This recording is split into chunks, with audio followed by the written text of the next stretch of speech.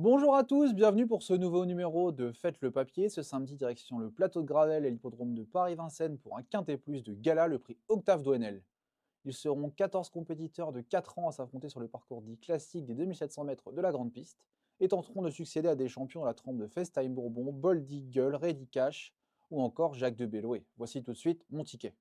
Mon favori sur la numéro 13, Franck Jo.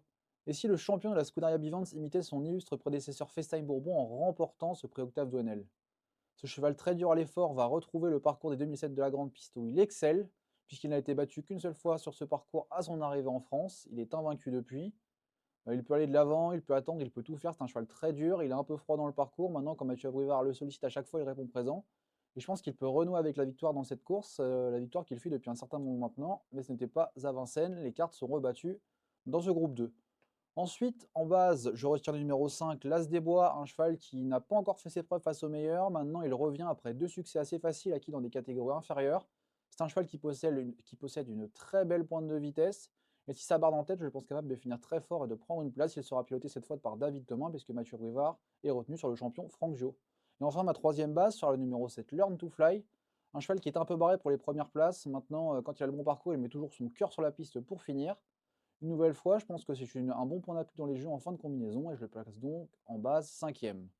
Derrière, dans mes associés, on va retrouver le numéro 4, Lord du Gers, piloté par Jean-Michel Bazir.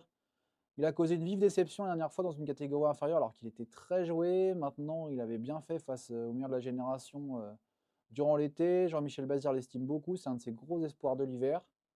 Et s'il venait à courir en progrès, il n'y aurait aucune surprise. Et donc je m'en méfie, je le retiens d'associé, tout comme le numéro 10, Falco Killergar. Il est un peu fautif ce Falco Guilorga. Maintenant, la dernière fois, il était déféré des 4. Je pense qu'il était un peu trop léger dans ses allures. Il a fait la faute pour finir alors qu'il semblait encore capable de disputer un bon classement. Il est déféré des antérieurs uniquement cette fois. Son entourage est confiant et naturellement, il faut lui garder une place dans un ticket. Je retiens donc en associé pour la deuxième ou la quatrième place.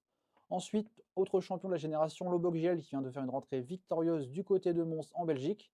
Cette fois, ce n'est pas les mêmes. Maintenant, c'est un champion. Il n'est pas encore forcément à son top niveau. Pierre Verval est arrivé sagement mais il n'y aura aucune surprise à le voir terminer très fort et à prendre une place dans le quintet. C'est l'un des meilleurs, sans conteste. Il pourrait même avoir sa place dans un prix d'Amérique.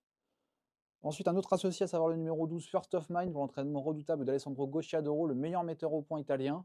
C'est un cheval qui a fait voir de drôles de trucs à l'étranger. Il a dominé bon nombre des rivaux qu'il va affronter ici, notamment tous les Italiens, mais aussi Lovino Bello. Maintenant, pour l'instant, à Vincennes, ça se passe mal, notamment au moment du départ, mais s'il part, il peut tout à fait faire l'arrivée à une belle cote. Enfin, mon dernier associé sera le 14, Lovino Bello. Il n'est pas annoncé à 100% pour cette course par son entourage. Maintenant, le partenaire d'Eric Raffin est le plus riche et ce n'est pas pour rien, c'est un crack. Donc même sans être à son top niveau, il peut tout à fait faire l'arrivée et on ne peut pas l'écarter d'un ticket. Justement, pour mon ticket, ce sera donc un quintet plus en champ réduit avec en tête le numéro 13 suivi d'un X, du 5, d'un autre X et du 7 pour les bases, avec en associé les numéros 4, 10, 11, 12 et 14, le tout pour un montant de 10 euros en flexi, 25%.